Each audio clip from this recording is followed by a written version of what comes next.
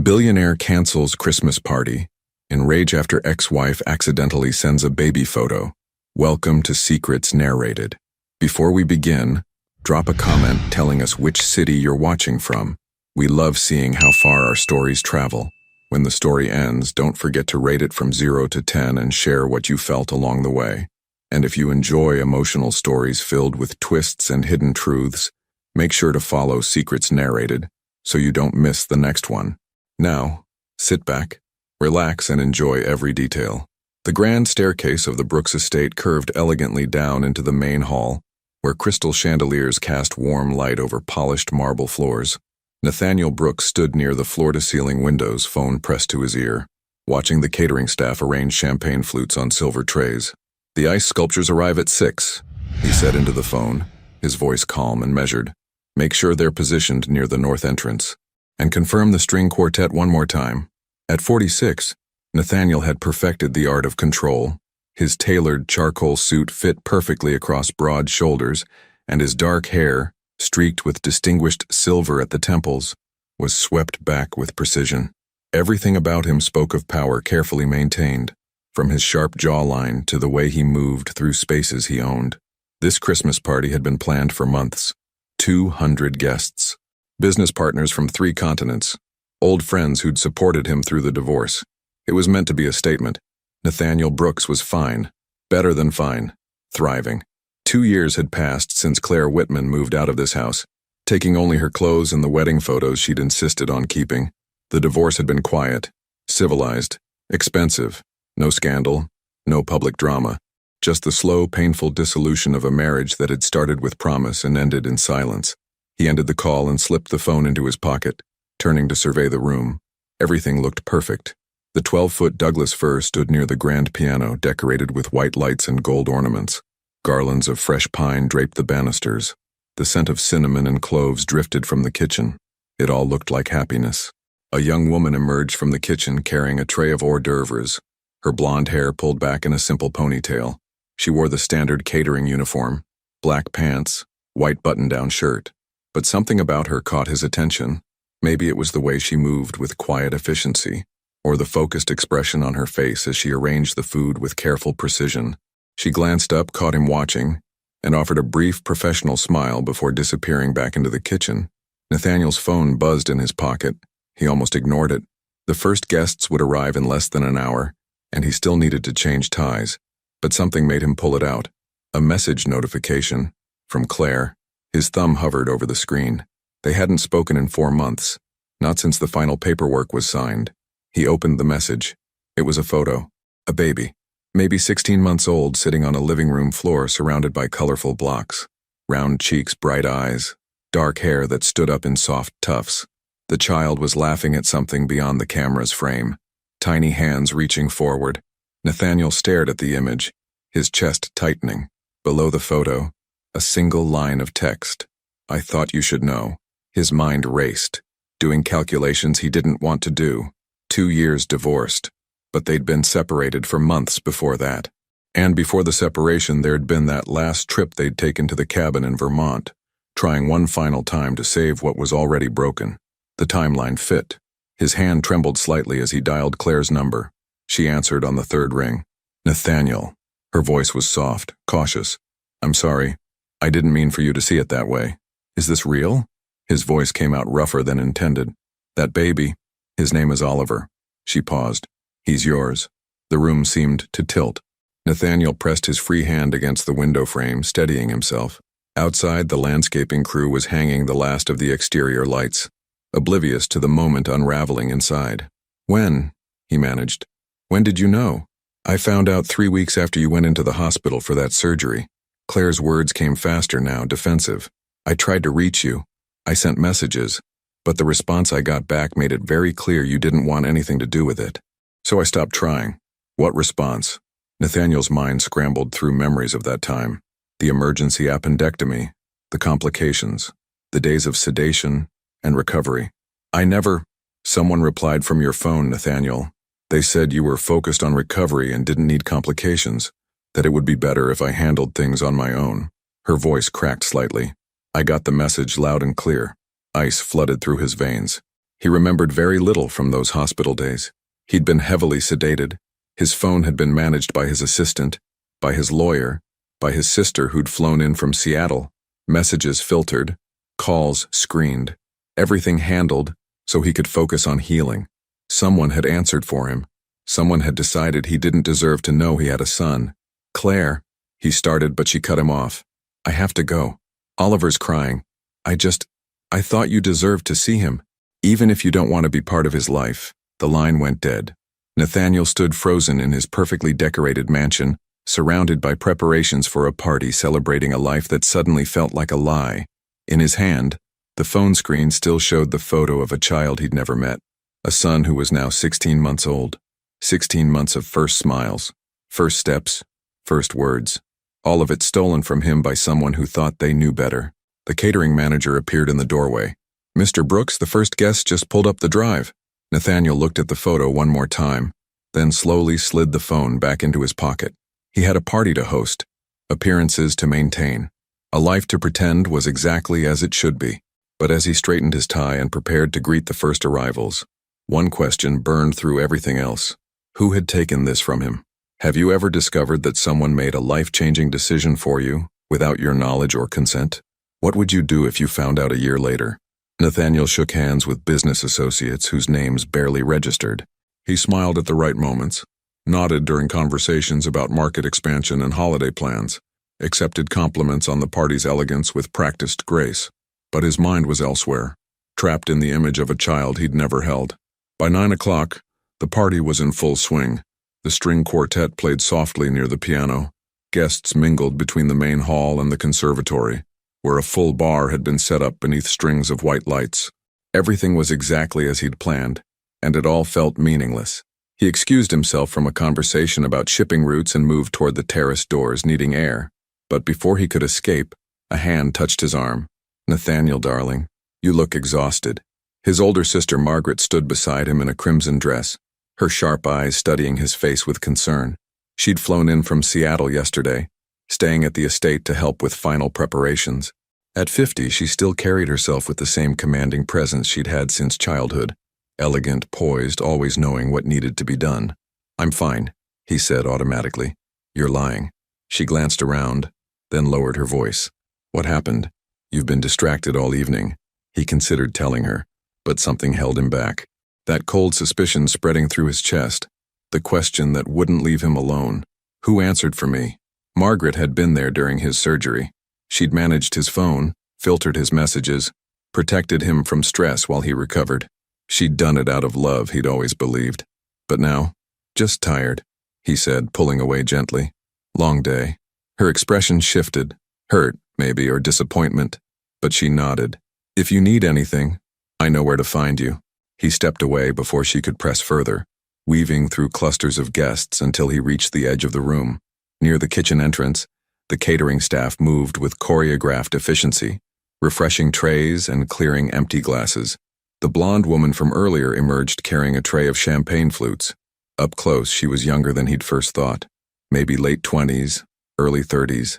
She had delicate features, fair skin dusted with a few freckles across her nose and green eyes that held a quiet intelligence. Her hair, pulled back in that simple ponytail, caught the light as she moved.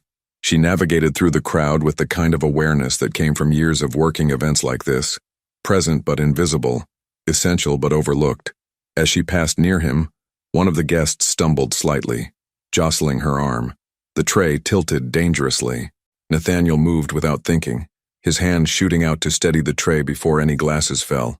His fingers brushed against hers, brief contact, but enough to register the warmth of her skin, the slight calluses that suggested someone who worked with her hands. Thank you, she said quietly, her voice carrying a soft, measured tone. She steadied the tray and met his eyes for just a moment, a flash of surprise, maybe embarrassment, then professional composure sliding back into place. Are you all right? He asked. Fine. Thank you, Mr. Brooks. She moved to step away, but he found himself speaking again. I don't think I caught your name. She hesitated, clearly weighing whether this was appropriate. Around them, the party continued its elegant noise. Laughter, conversation, the soft strain of violins. Lorelei, she said finally. Lorelei Ashford. You're good at this. he observed, working the room. Most people wouldn't have recovered from that stumble. A small smile touched her lips. Practice. I've been doing events like this for 5 years. She shifted the tray slightly, a subtle signal that she needed to keep moving. If you'll excuse me. Wait. The word came out more urgently than he intended. She stopped, those green eyes returning to his face with curiosity and caution. I'm sorry. Could you tell me who else is working from your company tonight? Specifically in the kitchen? Her brow furrowed slightly. There's me, 2 other servers, Chef Antoine and his sous chef, and the catering manager, Mrs. Delacroix. Why do you ask? No reason. Just making sure everything's running smoothly. She didn't look convinced, but she nodded politely and moved away, disappearing into the crowd with practiced efficiency. Nathaniel watched her go, then pulled out his phone. The photo of Oliver stared back at him from the screen. 16 months old. A stranger. His thumb moved to his message history, scrolling back to the time of his surgery. There, a gap of 4 days where his messages were sparse, clearly managed by someone else. And then, buried in a conversation with Claire he didn't remember having, a response that made his blood run cold. I'm focused on recovery right now. I don't need complications. It's better if you handle this on your own. The words were formal, detached. Nothing like how he would have written to the woman he'd been married to for 8 years, even in divorce. Someone had typed those words. Someone had sent them from his phone. Someone had decided he didn't deserve to know about his own child. Mr. Brooks? He looked up. Mrs. Delacroix, the catering manager, stood before him with a tablet in hand, her expression professional but slightly concerned. Yes? I just wanted to confirm. You asked about our staff? I did. Is there a problem? No, no problem. He slipped his phone away. Everything is excellent, thank you. She smiled, relieved, and moved on. But Nathaniel's mind was racing. He needed answers. He needed to know who had been in this house during those 4 days, who had access to his phone, who had thought they had the right to make decisions about his life. Across the room, Margaret was laughing with a group of his business partners, her hand gesturing elegantly as she told some story. She looked so comfortable here in his home, playing hostess as she'd done so many times before. His sister, who'd always known what was best for him, who'd always protected him, who'd been the one managing everything when he was most vulnerable. The thought made him sick. Near the kitchen entrance, he caught another glimpse of Lorelei as she emerged with a fresh tray. She moved through the crowd like water, graceful and unobtrusive. When she passed near the piano, she paused for just a moment, her expression softening as she listened to the music. Something in that unguarded moment, the way her shoulders relaxed, the small smile that touched her lips, made him see her differently, not just as staff, as a person with her own story, her own dreams, her own quiet beauty. Then the moment passed. She continued on, professional mask back in place. Nathaniel turned toward the terrace doors. He needed to get out of this room, away from the performance he'd been putting on all evening. But as he moved, he felt it, the weight of someone's gaze. He turned back. Margaret was watching him from across the room, her expression unreadable. And in that moment, standing in his own home surrounded by people celebrating a Christmas he no longer felt, Nathaniel realized something that made the betrayal cut even deeper. His sister knew he was looking for answers, which meant she knew what questions he was asking, which meant she already knew the truth. The terrace was cold, but Nathaniel welcomed it. He gripped the stone railing and stared out at the perfectly manicured lawn, now dusted with the first snow of December. String lights wrapped around the oak trees glowed softly in the darkness, casting shadows that shifted with the wind. Behind him, the party continued. Muffled music, laughter, the clink of glasses. A world he was no longer part of, even though it was happening in his own home. He pulled out his phone again, staring at Oliver's photo. The child's expression was so open, so full of joy, completely unaware that his father didn't even know he existed until tonight. You shouldn't be out here without a coat. He turned. Lorelei stood in the doorway, holding a silver tray now empty of glasses. She wore a black pea coat over her catering uniform, clearly on a break. I didn't realize I had company, he said. I was just stepping out for air. She hesitated. I can go back inside if you'd prefer to be alone. No. The word came quickly. Stay, please. She studied him for a moment, then moved to the railing a few feet away, careful to maintain professional distance. Up close, he noticed details he'd missed before, the way her blonde hair caught the light from the house, the faint scar above her right eyebrow, the tired shadows beneath her eyes that makeup couldn't quite hide. "Long night?" he asked. "They all are this time of year." She pulled the coat tighter around herself. "Christmas parties, corporate events, weddings. December is our busiest season. You work a lot of events like this?" 3 or 4 a week, sometimes more. She glanced back at the house. "Yours is one of the nicer ones, if that means anything. Some people treat staff like furniture. You at least said thank you." The comment stung in a way she probably didn't intend. Here he was, the host of this elaborate party, and he'd barely noticed the people making it happen until one of them almost dropped a tray. "I should have done better than that," he said quietly. She looked at him with surprise. Most people don't even think about it. Maybe they should. Silence settled between them, not uncomfortable, but weighted with things unsaid.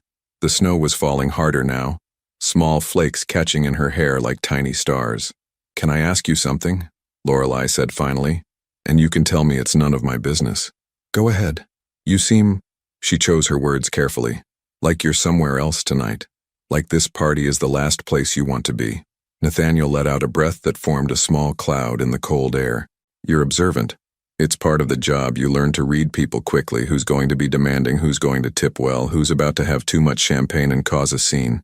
She turned to face him more fully. "You're not any of those things. You're just sad." The honesty of it caught him off guard. No one at the party had seen it. Or if they had, they'd been too polite to mention it. But this woman he'd just met, who had no reason to care, had noticed what everyone else missed. "I got some unexpected news tonight," he admitted.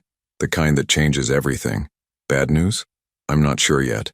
He looked down at his phone, then made a decision. He turned the screen toward her, showing Oliver's photo. "I just found out I have a son. He's 16 months old, and I had no idea he existed until 2 hours ago." Lorelei's eyes widened. She looked at the photo, then back at Nathaniel, and he saw genuine compassion in her expression. "Oh my God. His mother tried to tell me when she found out she was pregnant, but someone intercepted the messages, responded for me, told her I didn't want to be involved." His voice hardened. "Someone decided I didn't deserve to know I had a child. Who would do that? That's what I'm trying to figure out." He slipped the phone back into his pocket, "And I'm starting to have suspicions that make me sick." Lorelei was quiet for a long moment, processing this. Then she said softly, "He's beautiful. Your son? I wouldn't know. I've never met him. But you could." She met his eyes. "Whatever happened, whoever did this, you know now. That means you can fix it. You can be in his life. Can I? His mother thinks I rejected her. Rejected him. Why would she let me anywhere near him now?" "Because the truth matters," Lorelei said firmly. "If she knew you never saw those messages that someone else responded, don't you think she'd want you to meet your son? Don't you think your son deserves to know his father?" The conviction in her voice surprised him. This wasn't just polite sympathy. She believed what she was saying with a passion that spoke of personal experience. "You sound like you know something about absent fathers," he observed gently. Her expression shifted, walls going up. "I shouldn't have said anything. This isn't my business." "Maybe I want it to be." She looked at him sharply, trying to determine if he was serious. Whatever she saw in his face must have convinced her, because the walls came down slightly. "My father left when I was 6, she said quietly. "Just walked out one day and never came back. My mom raised me and my younger brother on her own, worked 3 jobs to keep us fed and in school." Her voice carried old pain, carefully controlled. "I used to wonder if he ever thought about us, if he ever regretted leaving, if he even remembered he had kids. I'm sorry. Don't be. We survived. We're okay." She pulled her coat tighter. "But I wished he'd at least tried. Even if he couldn't be there all the time, if he'd just shown up once and said, 'I see you, I know you exist, you matter,' that would have been something." Nathaniel felt the weight of her words settle into his chest. Oliver was out there right now, a child who would grow up either knowing his father fought to be in his life, or believing his father hadn't cared enough to try.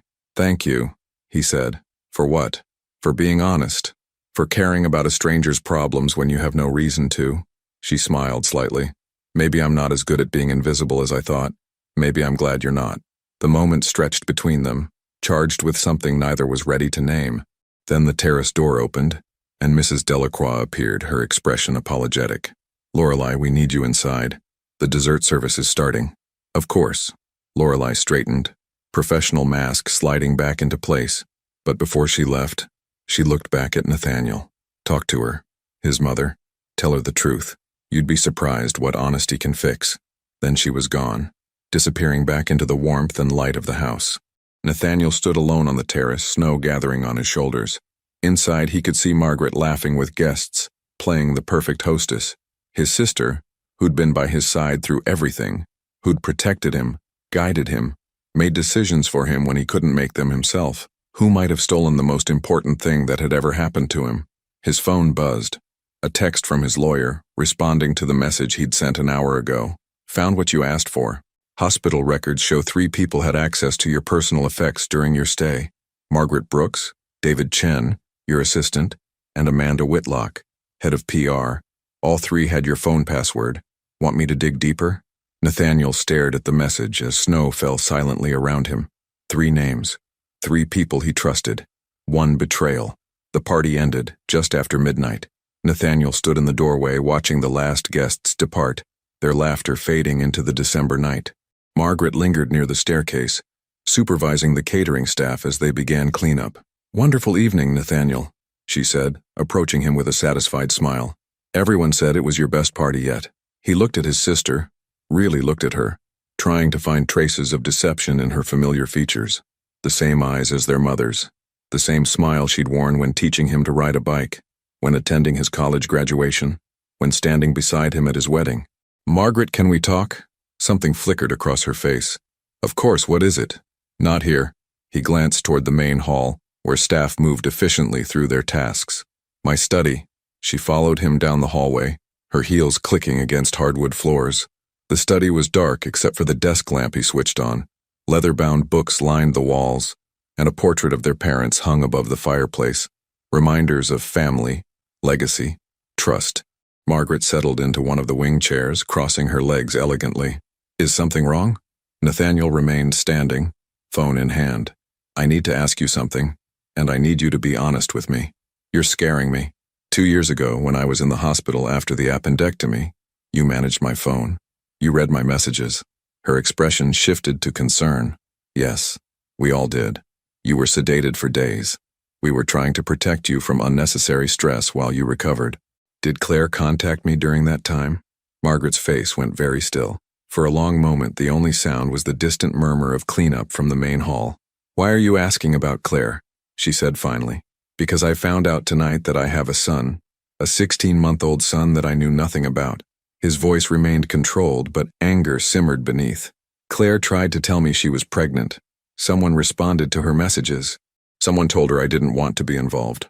Margaret stood abruptly. "Nathaniel, was it you? It's not that simple." "It's exactly that simple." He held up his phone, showing her the message history.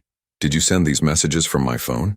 She looked at the screen, and he saw the answer in her eyes before she spoke. Guilt. Justification.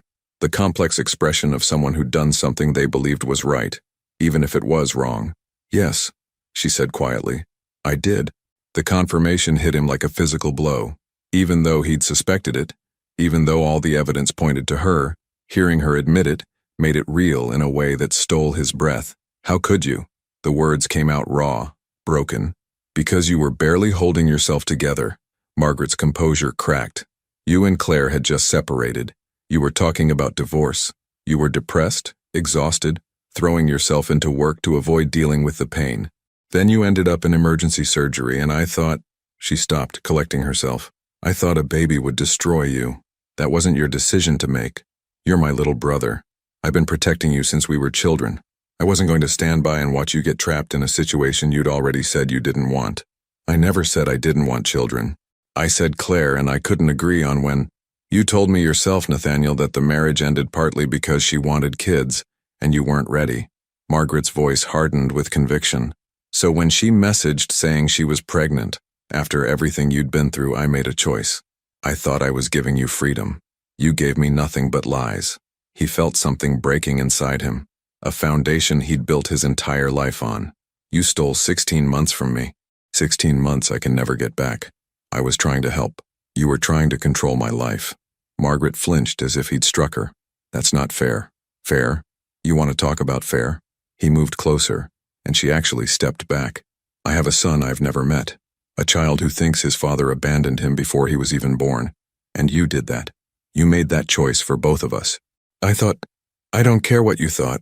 His voice rose for the first time, years of controlled emotion finally breaking through. You had no right. Silence crashed between them. Margaret's eyes glistened with tears she refused to let fall. I'm sorry, she whispered. I truly believed I was doing what was best for you. Get out of my house. Nathaniel, get out. Now. She stared at him for a long moment, then gathered her dignity and walked to the door. She paused in the doorway, her back to him. For what it's worth, she said quietly, I do love you. Everything I've ever done has been because I love you. That's not love, Margaret. That's control. She left without another word. Nathaniel sank into the chair she'd vacated, hands shaking. The room felt too small, the air too thick. He'd just banished his only sibling from his life, but he couldn't bring himself to regret it. A soft knock interrupted his thoughts. Mr. Brooks? He looked up. Lorelei stood in the doorway, still in her catering uniform, concern etched across her features. The rest of the staff must have finished and left, but she'd stayed. I heard raised voices, she said carefully. Mrs. Delacroix sent me to check if everything was all right. Nothing's all right. The words came out more honestly than he intended. But thank you for checking. She should have left then. Should have returned to her manager, collected her things, and gone home. Instead, she stepped into the study, closing the door behind her. Was it her? Your sister? He nodded, not trusting his voice. Lorelei crossed the room and sat in the chair opposite him, breaking every rule of professional distance. I'm so sorry. She thought she was protecting me, making decisions I was too weak to make myself. He laughed bitterly. Maybe she was right. Maybe I am too weak. No. The firmness in Lorelei's voice made him look up. Being hurt doesn't make you weak. Being betrayed by someone you trust doesn't make you weak. And feeling overwhelmed by all of this, that's not weakness. That's being human. He held her gaze, finding unexpected strength in those green eyes. She'd known him for less than 3 hours, but somehow she saw him more clearly than people who'd known him his whole life. I don't know what to do now, he admitted. You do what you said you'd do. You call your son's mother. You tell her the truth. You fight to be part of his life. She leaned forward slightly. And you stop letting other people decide what you're strong enough to handle. Just like that. Just like that. A small smile touched his lips despite everything. You make it sound simple. Maybe it is. Maybe we're the ones who make it complicated. They sat in comfortable silence for a moment. Then Lorelei glanced at her watch and stood. I should go. My shift ended 20 minutes ago. Wait. Nathaniel stood as well. Would it be inappropriate if I asked for your number? She looked at him with surprise, then something softer. Consideration, curiosity, maybe a hint of the same unexpected connection he felt. It would be very inappropriate, she said slowly. You're a client. I'm hired help. That's about as clear a line as it gets. Right, of course, I apologize. But, she interrupted, pulling a pen from her pocket and writing on a catering receipt. I'm off duty now, which means I'm just someone who met someone else at a party. She handed him the paper. Text me when you talk to your son's mother. Let me know how it goes. He looked at the number, then back at her. Why are you doing this? Because everyone deserves someone in their corner. And right now it seems like you don't have many people left. She left before he could respond, the door clicking softly behind her. Nathaniel stood alone in his study, holding a receipt with 10 digits that felt like the only real thing in a house full of lies. His phone buzzed. A message from Claire. We need to talk. Really talk. Can you come by tomorrow? He looked at Lorelei's number, then at Oliver's photo, then out at the empty hallway where his sister had disappeared. Everything was breaking apart. But maybe, just maybe, that meant he could rebuild it right this time. He typed his response to Claire. I'll be there at noon. And Claire, I never sent those messages. I never knew about Oliver. I promise you, I never knew. The address Claire sent him led to a modest townhouse in a quiet neighborhood 30 minutes from his estate. Nathaniel sat in his car for 5 minutes, hands gripping the steering wheel, trying to steady his breathing. Through the front window he could see movement, shadows passing back and forth. His son was in there. Oliver, a child he'd helped create but had never held, never heard cry, never watched sleep. His phone buzzed. A text from Lorelei. You've got this. Just be honest. That's all anyone can ask. She'd been texting him since last night. Not constantly, just small messages of encouragement that somehow made the whole thing feel less impossible. He didn't know why she cared, but he was grateful she did. He typed back, about to go in, terrified. Her response came immediately. Good. That means you care. Now go meet your son. Nathaniel pocketed his phone and walked to the front door. Before he could knock, it opened. Claire stood in the doorway, and the sight of her brought back a flood of memories, good ones and painful ones tangled together. She looked different than he remembered. Her dark hair was shorter, pulled back in a practical ponytail. She wore jeans and an oversized sweater. No makeup. Tired, but somehow more at peace than she'd been during their marriage. "Hi," she said softly. "Hi." They stood there awkwardly for a moment. Two people who'd shared 8 years of their lives, now strangers trying to find common ground.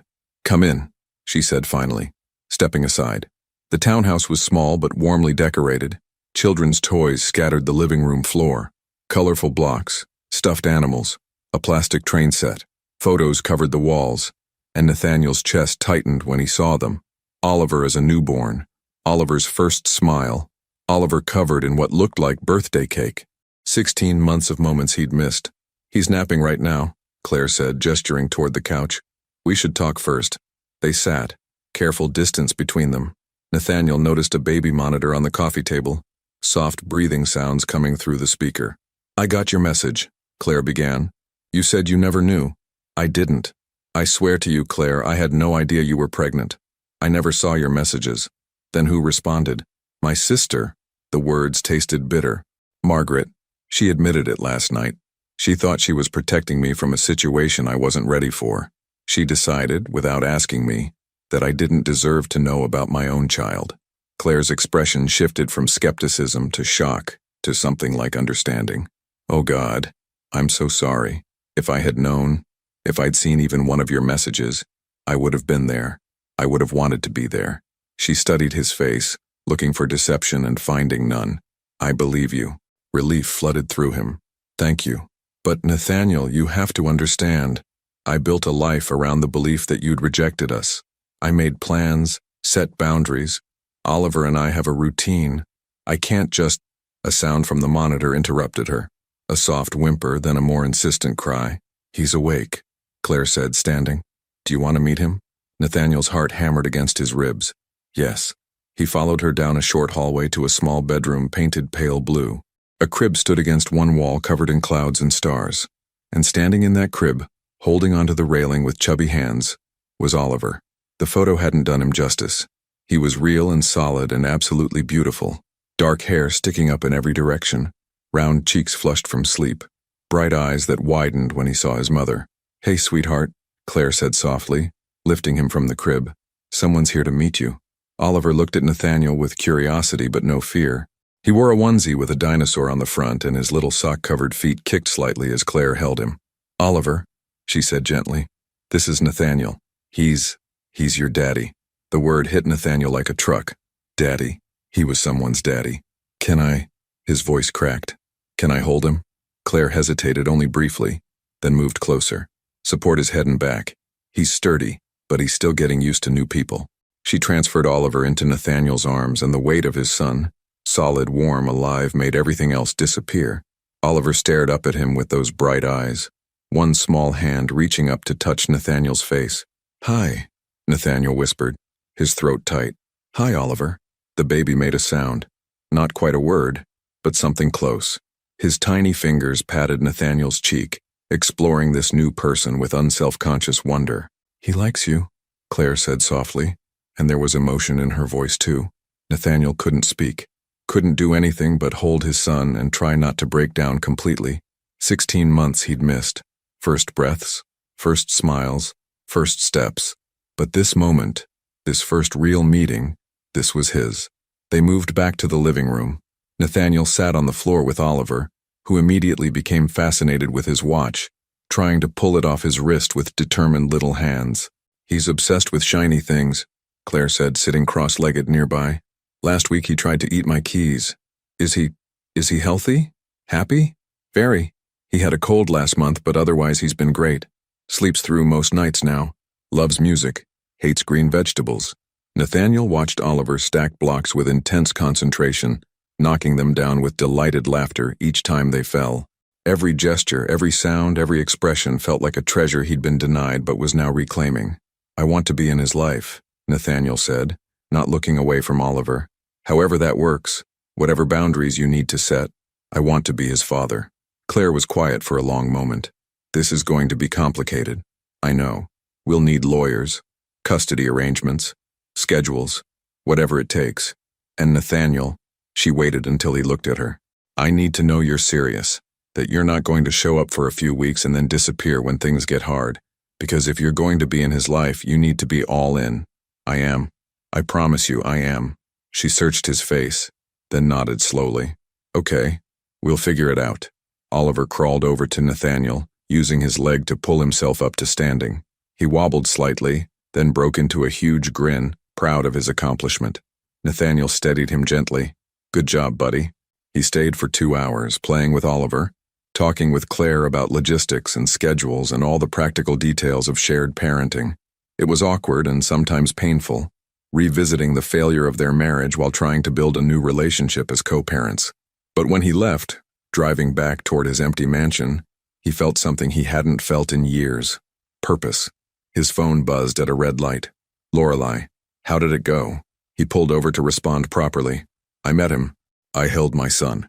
It was the best and worst moment of my life. Why worst? Because I realized how much I've missed, and how much I almost lost forever. Her response took a minute. But you didn't lose it. You found it. That's what matters now. Can I see you? I know it's forward, but I'd really like to talk to someone who isn't family or lawyers or my ex-wife. The 3 dots appeared, disappeared, appeared again. Finally, I'm working a brunch event until 3, but there's a coffee shop on Elm Street, Maxwell's. I could meet you there at 4? Nathaniel smiled at the phone. I'll be there. He drove home feeling lighter than he had in months, but as he pulled into his driveway, that lightness evaporated. Margaret's car was parked in front of his house, and she wasn't alone.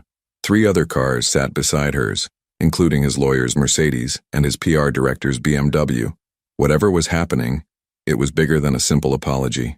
Nathaniel's phone rang. His lawyer. Don't come inside yet, Jonathan said without preamble. We need to talk first. Margaret called an emergency meeting. She's telling everyone you're having some kind of breakdown. She wants to invoke the medical power of attorney clause in your company bylaws. Ice flooded Nathaniel's veins. She wants to what? She's trying to take control of your company.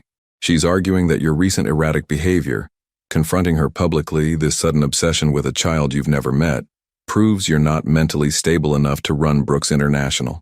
That's insane. Maybe. But she's got your PR director and your CFO in there, and she's very convincing. Jonathan paused. Nathaniel, if she succeeds, you won't just lose the company.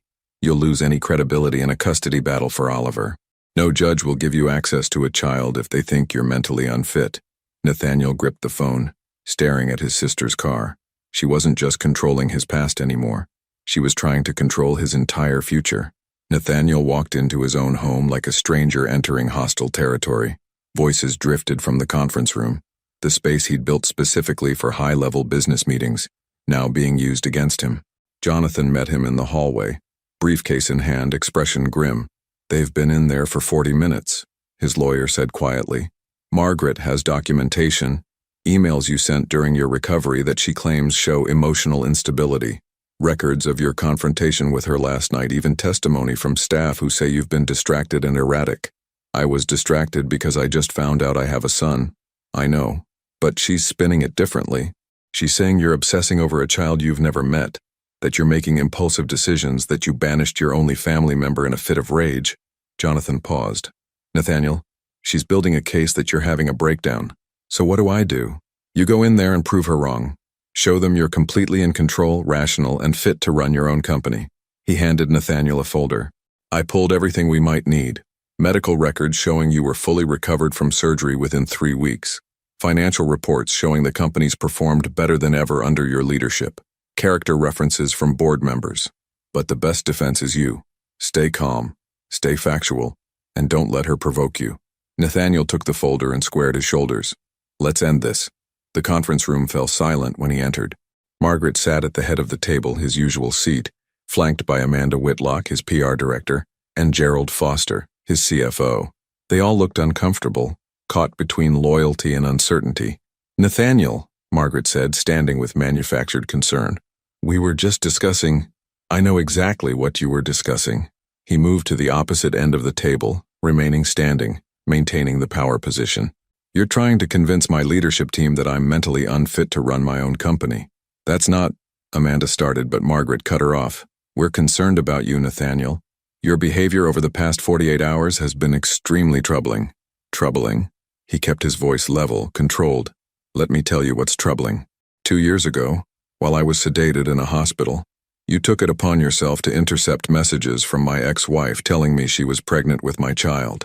You responded for me, telling her I wanted nothing to do with the baby. You stole 16 months of my son's life from me. Gerald's eyes widened. Amanda's mouth fell open. Margaret's composure cracked. That's a distortion of what happened. Is it? Because you admitted it to me last night. You said you thought you were protecting me. Nathaniel opened the folder Jonathan had given him. Here are the phone records showing messages sent from my phone during the exact days I was sedated. Here's the hospital log confirming I couldn't have typed them myself. And here, he pulled out a printed photo of Oliver. Here is my son, who I met for the first time this morning because you decided I didn't deserve to know he existed. The room was dead silent. Margaret made a personal decision that had nothing to do with my mental state or my ability to run this company.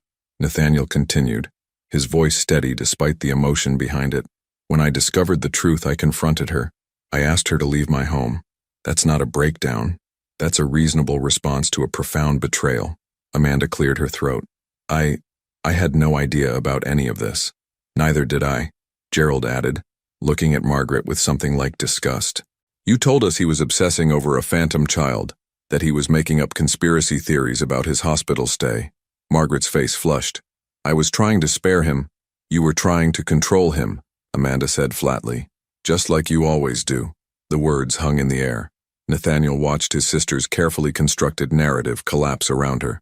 I think we're done here, Gerald said, standing. Nathaniel, you have my complete support. Whatever you need moving forward. Mine too, Amanda agreed.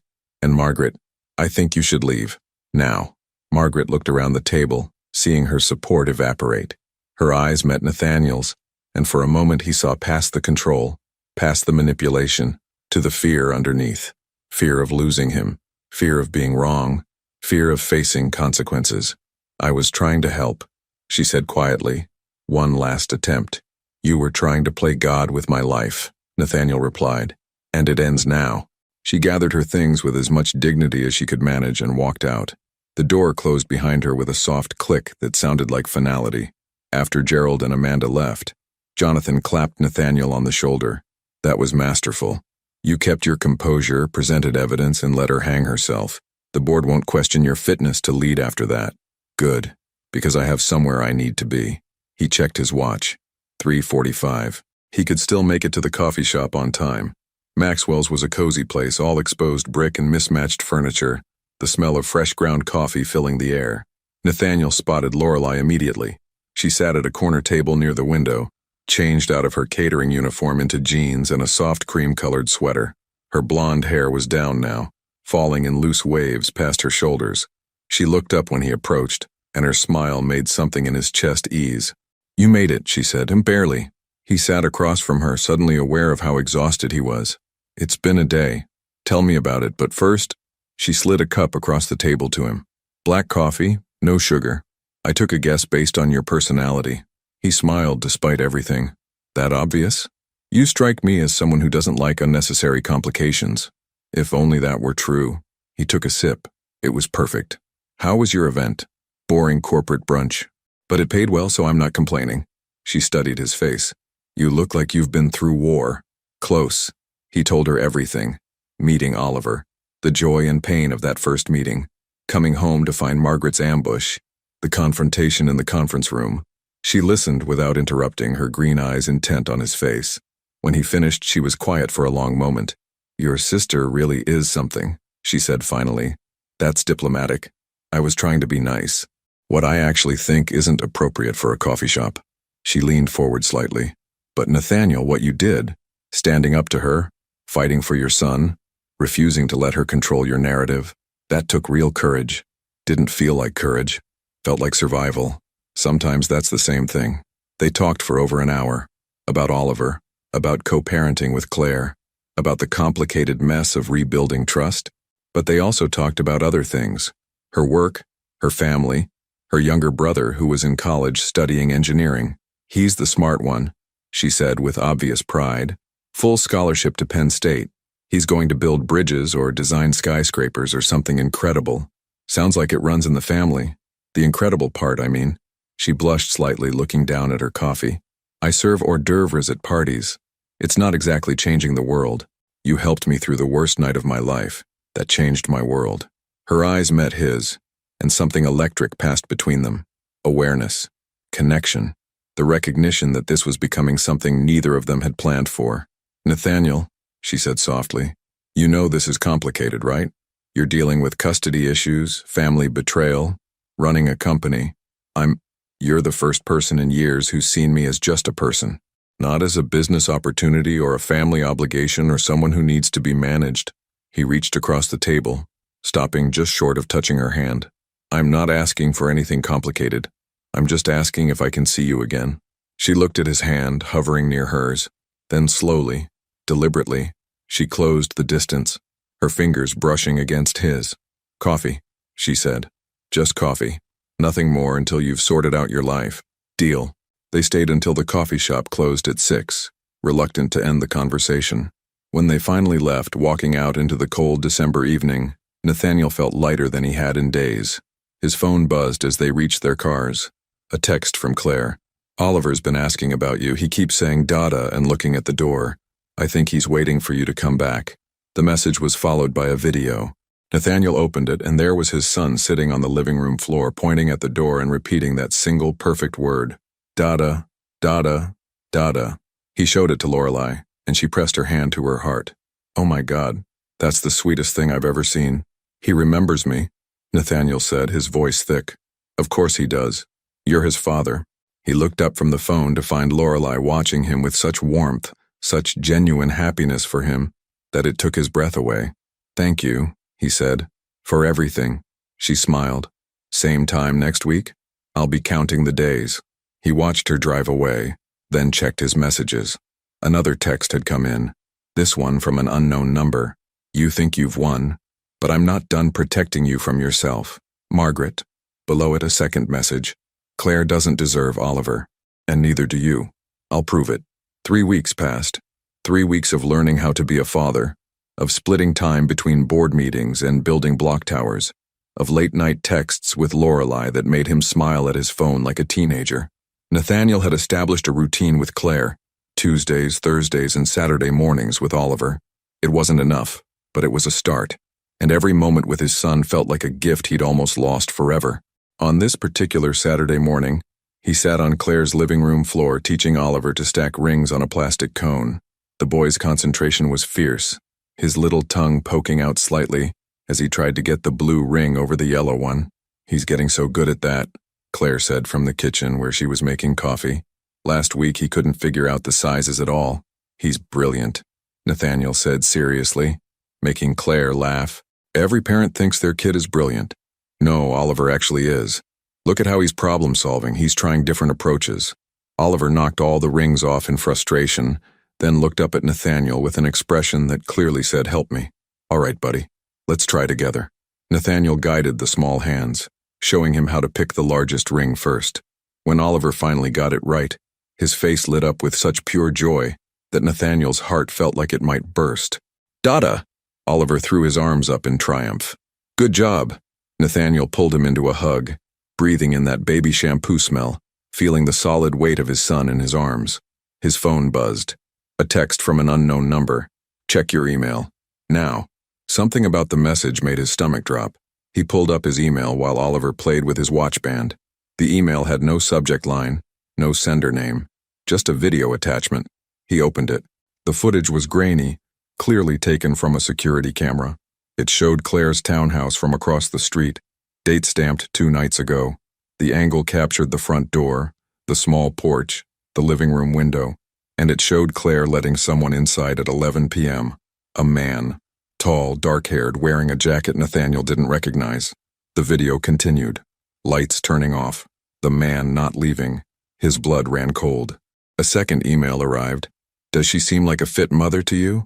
Leaving your son with strangers? Bringing men home in the middle of the night? Maybe I was right about both of you. Margaret. Everything okay? Claire asked, carrying 2 mugs of coffee. Nathaniel's mind raced. The protective fury that rose in him wasn't about jealousy. They were divorced. She could see whoever she wanted. But Oliver was in that house. And if this video existed, if Margaret was collecting evidence, "We need to talk," he said carefully. Claire set down the mugs, reading his expression. "What happened?" He showed her the video, watched the color drain from her face. "Oh my God," she breathed. "That's my brother." "Your what?" "My brother, Dean. He drove up from Virginia because our mom was in the hospital. He needed a place to crash for the night." Her hands were shaking. "Nathaniel, you can't think—" "I don't, but Margaret does. Or at least, she's trying to make it look that way." He replayed the video, noting the angle, the clarity. "This was taken from a parked car. She's been watching your house." Claire sank onto the couch, her face pale. "She's building a case. She's trying to prove I'm an unfit mother, and that I have poor judgment for wanting to co-parent with you." Nathaniel's jaw clenched. "She's going after both of us." Oliver, sensing the tension, started to fuss. Claire automatically reached for him, pulling him onto her lap, but her eyes were distant with fear. "What do we do?" she asked quietly. "We document everything. Get a restraining order. Prove she's been stalking you." He stood, pacing. "I'll call my lawyer right now." "Nathaniel," Claire's voice cracked. "What if she succeeds? What if some judge looks at this video and decides Oliver isn't safe with me? That's not going to happen. You don't know that. I'm a single mother living in a small townhouse working 2 jobs to make ends meet. She's a wealthy, connected woman with resources I can't even imagine. If she wants to destroy me, she won't." He knelt in front of her, meeting her eyes. "I promise you, Claire, I will not let her take Oliver from you or from me. We'll fight this together." She nodded, tears spilling over. Oliver reached up to pat her face, confused but trying to comfort her. By the time Nathaniel met Lorelei for coffee that afternoon, he was exhausted and furious. She took one look at his face and immediately shifted from their usual table to a more private corner. "What happened?" He told her everything. The video, Margaret's surveillance, the threat to Claire. Lorelei's expression darkened. "She's actually stalking your ex-wife? That's not just controlling anymore, Nathaniel. That's dangerous." "I know. I've already called my lawyer. We're filing for a restraining order Monday morning." "Good." She reached across the table, taking his hand. Over the past 3 weeks, these small touches had become natural, comforting contact that both of them needed, but neither fully acknowledged. "How's Claire holding up?" "Terrified, and I don't blame her. Margaret's not going to stop until she's proven some twisted point about knowing what's best for everyone." Lorelei was quiet for a moment, then said carefully, "Can I ask you something that might sound strange?" "Of course. When you described Margaret earlier, the way she controls things, makes decisions for people, genuinely believes she's helping even when she's hurting, it reminded me of something I saw once." She hesitated. "My mom dated a guy for a while who had a similar dynamic with his kids. Loving, but suffocating. Protective to the point of being destructive. What happened to him? He ended up alone. His kids eventually had to cut him out completely because he couldn't stop trying to control their lives, even when they were adults with families of their own." She squeezed his hand. "I'm not saying that's what will happen with Margaret. But sometimes people who love too much don't realize they're the ones causing the most damage." Nathaniel thought about his sister, how she'd been there for him his entire life, how she'd celebrated his victories and protected him from failures, how somewhere along the way, that protection had turned into something darker. "I don't want to hate her," he admitted quietly. "She's my sister, my only family besides Oliver now. You don't have to hate her, but you do have to set boundaries. Real ones. The kind she can't cross without consequences." "I know." He looked at their joined hands. "How did you get so wise?" "Lots of therapy after my dad left." She smiled slightly. "Turns out abandonment issues make you really good at understanding dysfunction." He laughed despite everything, and she did too, and for a moment the weight of it all felt manageable. His phone rang. Jonathan, his lawyer. "I need to take this," he said apologetically. "Go ahead," he answered, still holding Lorelei's hand. "Jonathan, we've got a problem." His lawyer's voice was tight. "I did some digging into Margaret's activities over the past month. She's not just watching Claire's house. She's been contacting people, your business partners, Claire's employer, even Oliver's pediatrician. She's asking questions, making implications, building a narrative." "How bad?" "Bad. She's positioning herself as the concerned family member trying to protect a vulnerable child from 2 unstable parents. And Nathaniel, some people are listening. Your PR director just called me. Apparently there's buzz in your industry circles about your personal instability. Nathaniel closed his eyes. She's destroying my reputation. She's trying to. But here's the thing, she got sloppy. She contacted Claire's employer using a fake name, but the IP address traces back to her home office. That's actionable. We can prove harassment, maybe even defamation.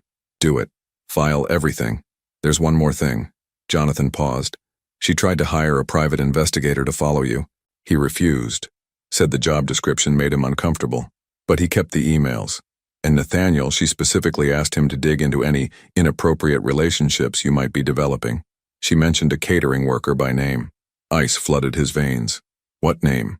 Lorelei Ashford. Across the table, Lorelei's expression shifted from confusion to understanding, to something like fear, as she watched his face change. She's coming after you too, Nathaniel said quietly, looking at her. My sister is investigating you. Lorelei stared at him across the coffee shop table, the color draining from her face. She's investigating me? Her voice was barely above a whisper. Why? I haven't done anything wrong. Because you matter to me. Nathaniel's grip tightened on the phone. And she's trying to find anything she can use to prove I'm making poor decisions, associating with the wrong people. I serve food at parties, Nathaniel. What could she possibly? Lorelei stopped, realization dawning. Oh God, my dad. What about your dad? She pulled her hand away, wrapping both arms around herself. When he left, things got complicated. There were debts he didn't pay, legal issues he left behind. My mom's name was on some of those accounts. We spent years cleaning up his mess. Her voice shook slightly. If someone digs deep enough, if they want to paint me in a bad light, they could make it look like my family has a history of financial instability, questionable associations. That's not. It doesn't matter if it's fair, Nathaniel. It matters what a judge might think if your sister presents it the right way. She stood abruptly. I can't be the reason you lose your son. Where are you going? Home. Away from you. This. She gestured between them. Whatever this is, it's not worth putting Oliver at risk. Lorelei, wait. But she was already grabbing her coat, moving toward the door with that same efficient grace she'd shown the night they met. Nathaniel threw money on the table and followed her into the parking lot. Lorelei, please, stop. She turned and he saw tears streaming down her face. Do you know what it's like to watch your mom work 3 jobs because your dad destroyed your family's credit? To see her exhausted every single day, barely keeping food on the table, all because she trusted the wrong person? I can't imagine. I swore I would never be the person who complicated someone else's life. I would never be the reason someone lost something important. Her voice broke. And now your sister is going to dig up every painful detail of my family's past and use it against you. Against your son. None of that is your fault. But it's my history. My baggage. She wiped at her tears angrily. You need someone without complications. Someone who can't be used as a weapon against you. Nathaniel closed the distance between them, and before she could step away, he pulled her into his arms. She resisted for only a moment before collapsing against his chest, her shoulders shaking with silent sobs. Listen to me, he said quietly, one hand cradling the back of her head. Margaret spent my entire life convincing me that I needed protection, that I couldn't handle complications, that other people knew better than I did what was good for me. I'm not letting her do that anymore. Not about Oliver. Not about my company. He pulled back enough to look at her face. And sure as hell not about you. Nathaniel, I don't care what she finds. I don't care what she tries to use. You're not a complication, Lorelei. You're... He stopped, realizing what he was about to say. Realizing it was too soon, too fast, too much. You're important to me, and I'm not letting her take that away. She looked up at him, green eyes searching his face. This is insane. We barely know each other. I know enough. For a long moment they stood there in the cold December parking lot, wrapped in each other's arms, the weight of everything pressing down on them. Then Lorelei's phone rang. She pulled it out, glanced at the screen, and her expression shifted to confusion. It's Mrs. Delacroix, my boss, she answered. Hello? Nathaniel watched her face change as she listened, confusion giving way to shock, then to something like devastation. I understand, she said finally, her voice hollow. Thank you for letting me know. She ended the call and stared at the phone in her hand. What happened? Nathaniel asked. I've been let go. Mrs. Delacroix said they received complaints about my unprofessional conduct at events. Multiple complaints from different clients all in the past week. She looked up at him. Nathaniel, I've worked for that company for 5 years without a single complaint. And suddenly, right after your sister starts investigating me, I lose my job. She's targeting your livelihood. Anger burned through him, white-hot and focused. That's not just harassment anymore, that's effective, Lorelei finished bitterly. That's what it is. She's showing me exactly what happens when I get close to you. No, she's proving how desperate she is. He pulled out his own phone. Jonathan, I need you to add wrongful termination to the case. Margaret just cost someone their job. While he talked to his lawyer, Lorelei walked to her car and leaned against it, arms wrapped around herself against the cold. When he finished the call, he found her staring at nothing, defeat written across her features. I can't fight her, she said quietly. I don't have the resources, the connections, the money. She can destroy my entire life, and I can't do anything to stop her. You're not alone in this. I am, though. You have lawyers and power and options. I have rent due next week and no job. The reminder of their different worlds hit him hard. He'd been so focused on the connection between them, he'd forgotten how vastly different their circumstances were. She was losing her job because of him. Her privacy was being invaded because of him. Her entire life was being turned upside down because she'd been kind to a stranger at a Christmas party. Let me help, he said. Help how? Give me money? She shook her head. I can't be the woman who... Work for me then. Not as charity. As my executive assistant. Jonathan mentioned he's overwhelmed with everything happening, and I need someone I can trust. He could see her about to protest and rushed on. You're organized, efficient. You read people better than anyone I've ever met. You'd be perfect for it. Nathaniel, I appreciate what you're trying to do, but $25 an hour to start, full benefits, flexible schedule so you can still pick up freelance catering if you want. It's a real job with real responsibilities, not a handout. She looked at him for a long moment, weighing pride against practicality. Why are you doing this? Because Margaret's right about one thing. I do make decisions based on what I want, not what other people think I should want. And I want you in my life, not despite the complications, but including them. A car pulled into the parking lot and both of them tensed, but it was just a young couple heading into the coffee shop. The paranoia was setting in, the feeling of being watched, targeted, hunted. I need to think about this, Lorelei said finally. The job offer, all of it. This is happening so fast. I understand. But Nathaniel, she reached out, touching his face gently. Thank you for not running when this got messy. Most people would have. I'm not most people. No, she agreed softly. You're really not. He walked her to her car, watched her drive away, then stood alone in the parking lot as night fell around him. His phone buzzed with a text from Claire. Someone called Child Protective Services. They're sending a caseworker to inspect my home tomorrow. Please tell me you know who did this. Nathaniel closed his eyes, rage and helplessness warring inside him.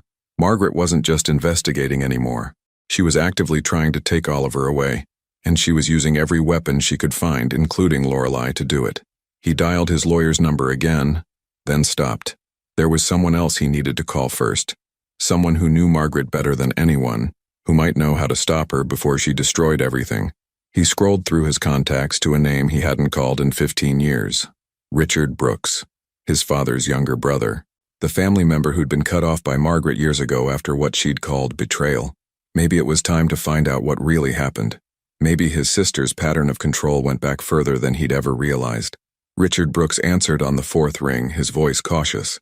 Nathaniel, Uncle Richard, I know it's been a long time, 15 years. Not that I'm counting. There was no bitterness in his tone, just statement of fact. What made you finally call? Nathaniel sat in his car outside the coffee shop, engine running for heat. Margaret, I need to know what really happened between you two. Why she cut you out of the family. A long silence. Then, you ready to hear it? I need to hear it. Your sister told everyone I embezzled money from the family business. Said I betrayed your father's trust, tried to destroy everything he built. Richard's voice was steady, controlled. The truth is, I disagreed with her about your father's medical care. He was dying, Nathaniel. Cancer had spread everywhere. He was in pain, wanted to stop treatment, wanted to die at home with dignity. Nathaniel's breath caught. I remember. I was 21, away at school. Margaret said the doctors wanted him to keep fighting. The doctors said there was nothing more to do. Margaret wouldn't accept it. She kept pushing for experimental treatments, more surgeries, anything to keep him alive. Your father begged me to talk to her, To make her understand he was ready to let go. Richard paused. So I did. I told her she needed to respect his wishes, that keeping him alive for her sake, not his, was cruel. What happened? She had me removed from his medical proxy. Convinced your mother I was trying to speed up his death to get my inheritance faster. By the time he finally passed, 3 months later after procedures that left him barely conscious, she'd already turned the whole family against me. The embezzlement charges were just the final nail in the coffin. Nathaniel felt sick. She lied about all of it? She believed her own narrative. In Margaret's mind, she was protecting your father from my cruelty, just like she probably believes she's protecting you now. Richard's voice softened. I'm guessing something similar is happening? Nathaniel told him everything. Oliver, the intercepted messages, Margaret's escalating attempts to control his life, and now destroy anyone who got close to him. That sounds exactly like her, Richard said when he finished. Margaret can't distinguish between love and control. She thinks making decisions for people is the same as caring for them. And when people resist, when they try to choose their own path, she sees it as betrayal. How do I stop her? You can't. Not really. You can set boundaries, protect yourself and the people you care about, but Margaret will always believe she knows best. The question is whether you're willing to lose your sister to gain your freedom. The words hit hard. Nathaniel had been so focused on fighting Margaret's actions, he hadn't fully confronted the larger truth. This might be permanent. Their relationship might be irreparable. I already lost her, he said quietly, the moment I found out what she did. I'm sorry. I know that's not easy. Richard paused. For what it's worth, I think you're doing the right thing. Fighting for your son. That's what matters. After they hung up, Nathaniel sat in the darkness of his car, processing everything. His whole childhood, Margaret had been there, guiding him, protecting him, making sure he succeeded. But how much of his life had actually been his own choice? How many decisions had she influenced or made for him without his knowledge? His phone rang. Claire. The caseworker just left, she said without preamble. Her voice sounded shaky but controlled. She was thorough. Checked everything. The kitchen, Oliver's room. Asked about my work schedule, my childcare arrangements, even my dating life. And she said everything looked fine, that the complaint seemed unfounded. Claire let out a breath. But Nathaniel, she also said that CPS takes multiple complaints seriously. If someone files again, they'll have to investigate more deeply, maybe even require home visits, monitoring. Margaret's not going to stop with one try. I know. That's what scares me. She was quiet for a moment. Oliver kept asking for you today. I think he senses something's wrong. Guilt twisted in Nathaniel's chest. His son shouldn't have to feel this tension, this instability. Can I come see him tomorrow? Please, I think he needs that. After ending the call, Nathaniel drove home. But instead of the empty mansion, he found himself pulling up to a small apartment complex on the east side of town. He'd looked up Lorelei's address in the employment records from the catering company. Borderline stalking maybe, but he needed to see her. He texted from the parking lot. I'm outside your building. I know I should have called first. If you don't want to see me, I understand. 3 minutes passed. Then his phone buzzed. Apartment 3B, doors unlocked. The apartment was small but cozy. Lorelei had decorated with care, soft throws over a second-hand couch, plants on every available surface, photographs covering one wall. She wore sweatpants and an oversized sweater, her blonde hair pulled into a messy bun. Without makeup, younger than she looked in her catering uniform. Couldn't stay away? She said, but there was no judgment in her voice. Apparently not. He stood awkwardly in her doorway. I just found out some things about my sister, about how long she's been doing this, and I realized. He stopped, searching for words. I realized I don't want to be alone tonight. Lorelei studied his face, then stepped aside. Come in. They sat on her couch and he told her about his conversation with Richard, about the caseworker's visit to Claire, about the growing certainty that this situation was going to get worse before it got better. I'm scared, he admitted. Not for me, for Oliver, for Claire, for you. Everyone around me is getting hurt because of my sister's need to control everything. You're not responsible for her choices, Lorelei said firmly, but I'm responsible for mine. And choosing to pursue custody, choosing to, he looked at her, choosing to care about you. Those choices are putting people at risk. So what, you should just give up? Let her win? Maybe that would be easier. Easier isn't the same as right. She shifted closer, taking his hand. My dad chose easy. He chose to walk away when things got hard. when the responsibilities became too much. And you know what that left us with? Nothing but damage and questions and the belief that we weren't worth fighting for. That's not. You have a son who deserves a father who fights. And you have people around you, Claire, me, your Uncle Richard, who are choosing to stand with you. Don't insult us by giving up because it's scary. He looked at their joined hands, then up at her face. The determination there, the fierce protectiveness, made something shift in his chest. She wasn't just supporting him. She was all in, despite the cost. I took your job offer, she said quietly. I start Monday, 25 an hour, flexible schedule, full benefits. I'm choosing you too, Nathaniel. So don't you dare back down now. The distance between them disappeared. He didn't know who moved first, but suddenly his hands were in her hair, and her lips were on his, and everything else fell away. The kiss was desperate and tender, and full of all the things they hadn't said yet. When they finally pulled apart, both breathing hard, she pressed her forehead to his. This is probably a terrible idea, she whispered. Probably, he agreed. Your life is a mess right now. Completely. And I'm about to be your employee, which is all kinds of inappropriate. Very inappropriate. She smiled against his lips. Good. I'm tired of appropriate. They spent the night on her couch, talking and kissing and planning their next moves like war strategists. By 3 a.m. they had a plan.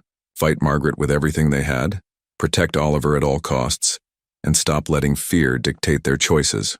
Nathaniel left as dawn broke, promising to pick her up Monday morning for her first day. He drove home feeling more hopeful than he had in weeks. But when he pulled into his driveway, that hope evaporated. Police cars. 2 of them. Lights off, but unmistakably official. And standing on his porch with 2 officers was Margaret, her expression a careful mask of concern. There he is, she said as he got out of the car. Officers, this is my brother. I'm worried about his mental state. He's been making erratic decisions, threatening family members, and I have evidence that he may be a danger to himself or others. One of the officers stepped forward. Mr. Brooks, we need to ask you some questions. Nathaniel looked at the 2 officers, then at his sister standing behind them with that carefully composed expression of concern. Every instinct screamed at him to defend himself, to argue, to fight. But Lorelei's words echoed in his mind. Don't let fear dictate your choices. Of course, officers, he said calmly. I'm happy to answer any questions. Would you like to come inside? Margaret's expression flickered, surprise, maybe frustration. She'd expected him to react emotionally, to give her ammunition. The older officer, a woman with gray hair and kind eyes, nodded. That would be helpful, Mr. Brooks. They settled in his living room, the same space where he'd hosted that Christmas party just weeks ago. Margaret sat rigidly in one of the wing chairs while the officers took the couch. Nathaniel remained standing, controlled and present. Your sister called us with some concerns, the female officer began. She says you've been behaving erratically, making threats, and she's worried about your mental stability. I understand her concern, Nathaniel said evenly, though I'd characterize the situation differently. May I show you something? He pulled out his phone and opened his email, showing them the surveillance video Margaret had sent of Claire's house. 3 days ago, my sister sent me this video. She's been conducting surveillance on my ex-wife's home, where my 16-month-old son lives. The officers exchanged glances. She also filed a false CPS report yesterday, claiming my ex-wife was neglecting our child. The caseworker found no evidence of neglect. He pulled up more emails, more text messages. She contacted my business partners, my ex-wife's employer, even hired investigators to dig into people I'm associated with, all in an attempt to control my life and my access to my son. That's not, Margaret started, but the younger officer held up a hand. Ma'am, let him finish. Nathaniel met his sister's eyes. 2 years ago, while I was sedated in the hospital, Margaret intercepted messages from my ex-wife telling me she was pregnant. She responded from my phone, telling Claire I didn't want to be involved. She stole 16 months of my son's life from me. His voice remained steady, but emotion bled through. When I discovered the truth and confronted her, she didn't apologize. She said she was protecting me, and when I asked her to leave my home, she started this campaign to prove I'm mentally unfit. These are serious allegations, the female officer said, looking at Margaret. He's twisting everything, Margaret said, but her voice lacked its usual conviction. I was trying to help him. He's been under enormous stress. The surveillance video, Nathaniel interrupted. Can you explain why you were watching Claire's house? I wanted to make sure Oliver was safe. By stalking his mother? By building a false case against her? He turned back to the officers. I have documentation of everything. Phone records, emails, testimony from the private investigator she tried to hire. My lawyer has already filed restraining orders. The female officer stood. Mr. Brooks, thank you for your cooperation. Margaret, I think we need to have a different conversation. Outside. As they walked Margaret toward the door, she turned back to look at Nathaniel. For the first time, her mask completely fell away. He saw fear there, desperation, the realization that she'd finally gone too far. I love you, she said, and it sounded like goodbye. I know, Nathaniel replied quietly, but that was never the problem. After they left, he stood alone in his silent house. His phone buzzed immediately. Texts from Jonathan, from Claire, from Lorelei, who'd somehow already heard what happened. But before he could respond to any of them, there was a knock at the door. Claire stood on his porch, Oliver in her arms. The police called me, she said. They wanted to verify your story. I told them everything. She shifted Oliver on her hip. He woke up crying for you. I thought maybe...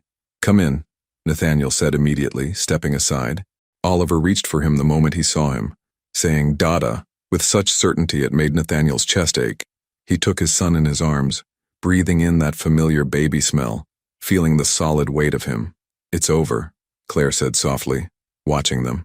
The police said they're recommending charges against Margaret for harassment and filing false reports. And Nathaniel, she touched his arm gently.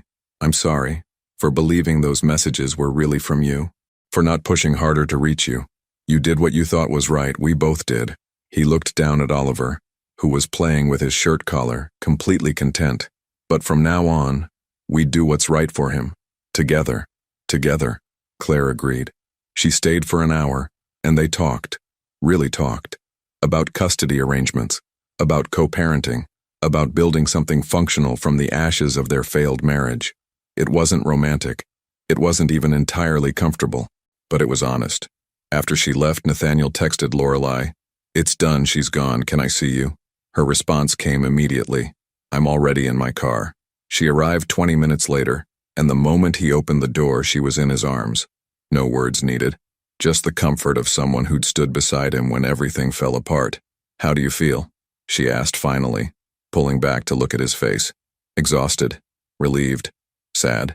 He traced his thumb across her cheek. Grateful. For what? For you. For showing up at a Christmas party and being brave enough to care about a stranger's problems. He smiled slightly. For accepting a job offer from a man whose life was falling apart. About that job offer, she said. Maybe we should revisit the terms since we're, she gestured between them. Since we're what? I don't actually know what we are. She bit her lip, suddenly uncertain. This all happened so fast. We're two people who found each other at the worst possible time, Nathaniel said, and decided that was exactly the right time after all. She smiled, then kissed him softly. So what happens now? Now I rebuild. My relationship with my son. My company without Margaret's influence, my life on my own terms. He tucked a strand of blonde hair behind her ear. And if you're willing, I'd like you to be part of that life. Not as my employee, as something more. How much more? I don't know yet, but I want to find out. Me too, she whispered. They stood in his doorway as the sun rose over the estate, both of them aware that this was just the beginning. There would be legal battles ahead. Margaret wouldn't disappear quietly. The damage she'd caused would take time to heal. But for the first time in years, Nathaniel felt like his life was truly his own.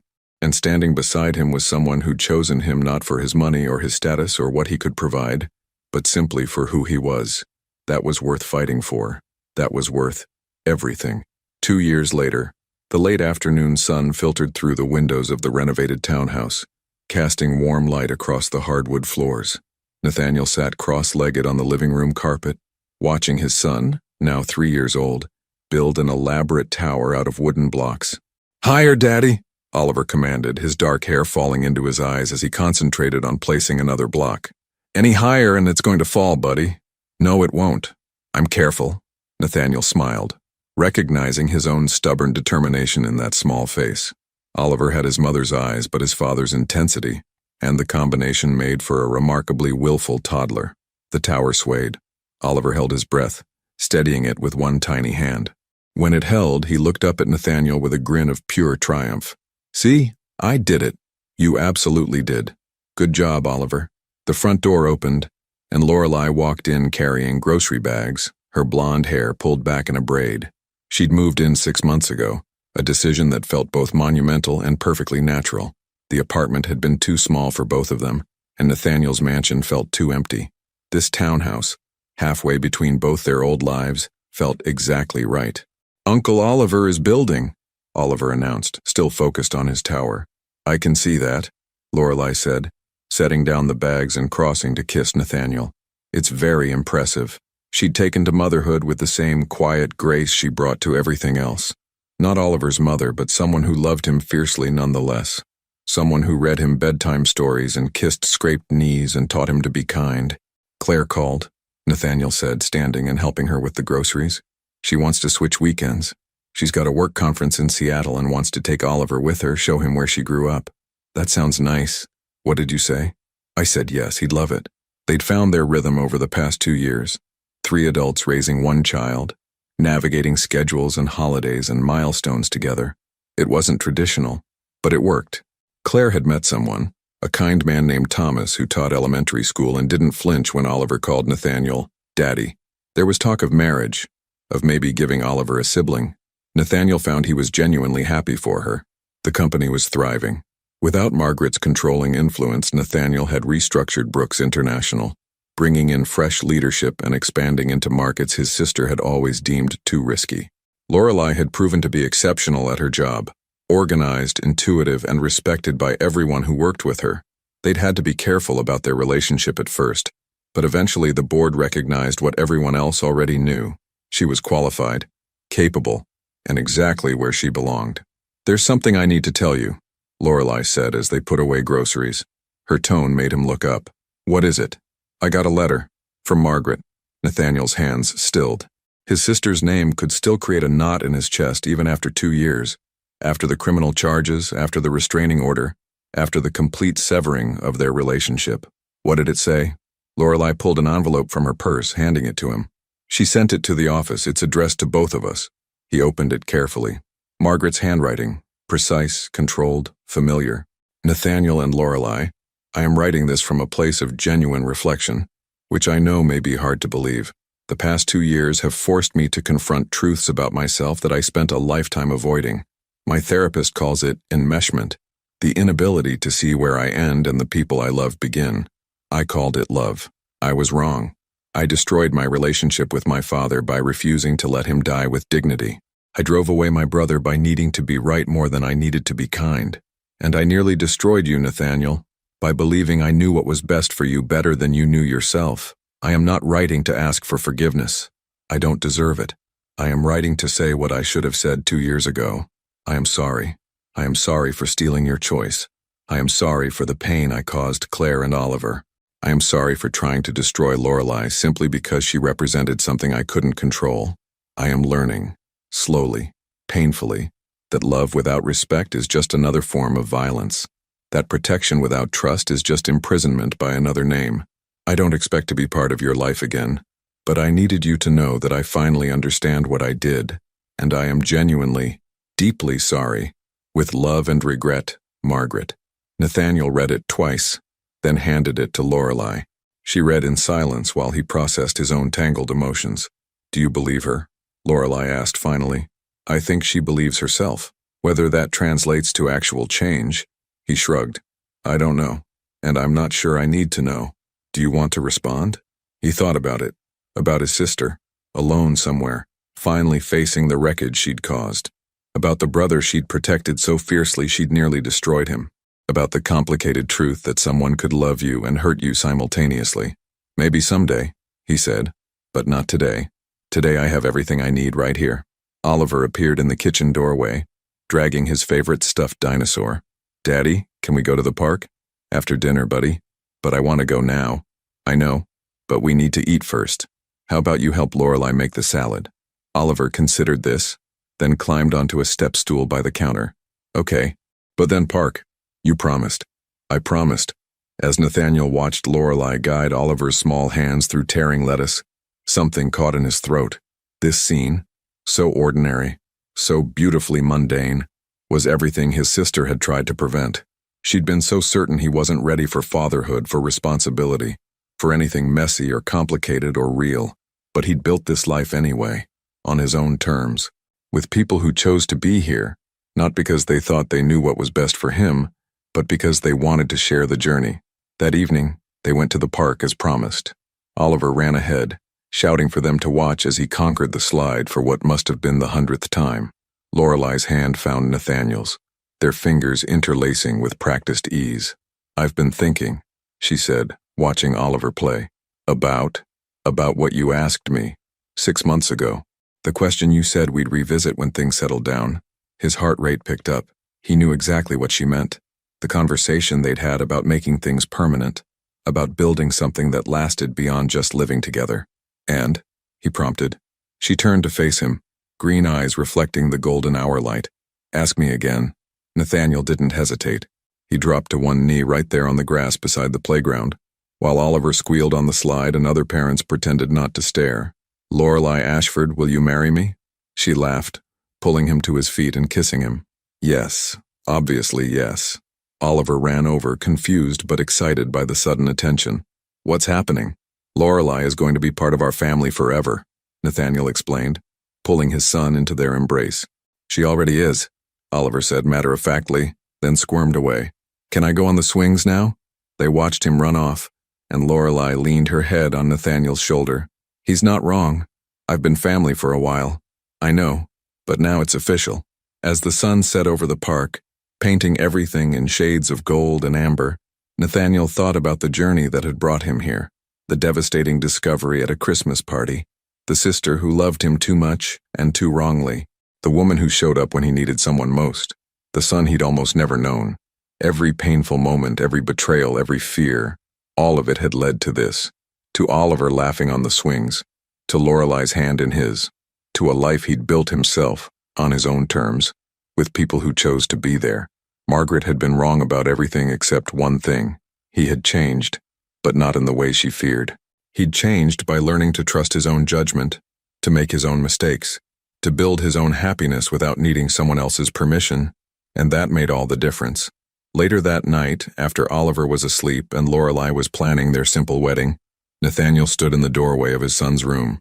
He watched Oliver's chest rise and fall with deep, peaceful sleep, clutching that stuffed dinosaur like a lifeline. 2 years ago, he hadn't known this child existed.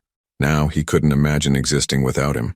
Sometimes the worst moments of our lives lead to the best ones, not despite the pain, but because of it. Because pain forces us to choose, break or rebuild into something stronger. Nathaniel had chosen to rebuild, and he'd built something beautiful. Have you ever had to choose between keeping peace with someone you love and protecting your own truth? How did you navigate that impossible choice?